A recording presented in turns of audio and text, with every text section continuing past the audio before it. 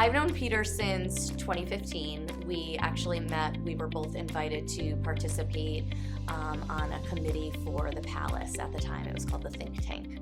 And there were so many amazing people on that committee, but that is how we met.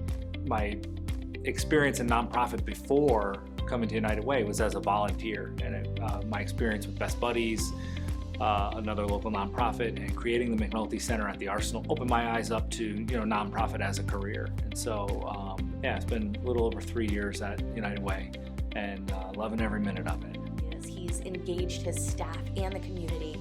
So many leaders in this community he has walked along beside them and just gotten them excited on these new initiatives to really not only raise money, but to create real change in this community that is helping the people who maybe don't have a voice and who need it the most.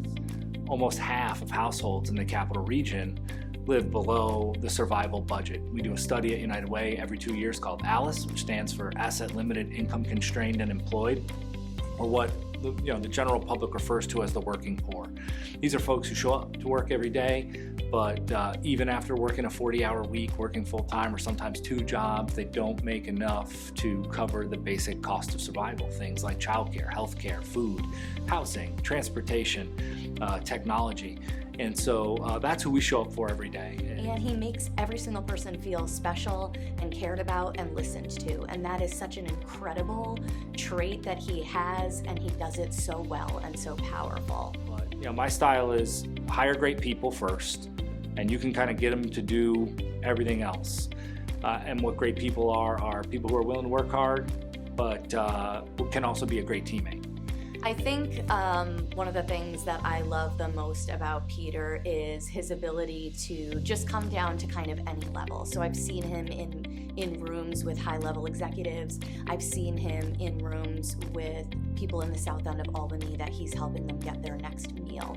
And whomever it is, wherever he is, he adapts to that. So there's a ton of talk about diversity and inclusivity and equity, and so many times that conversation ends at racial lines or around sexual orientation.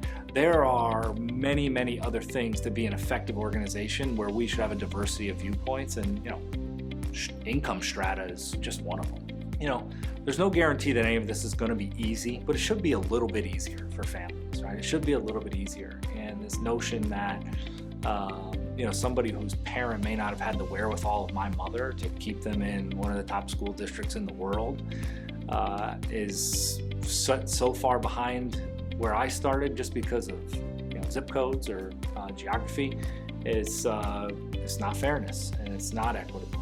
And so that's what lights my fire every single day. So I think about the way my mother struggled to provide the opportunity she could for me and my brother, and that's why we show up like we do every day at United Way.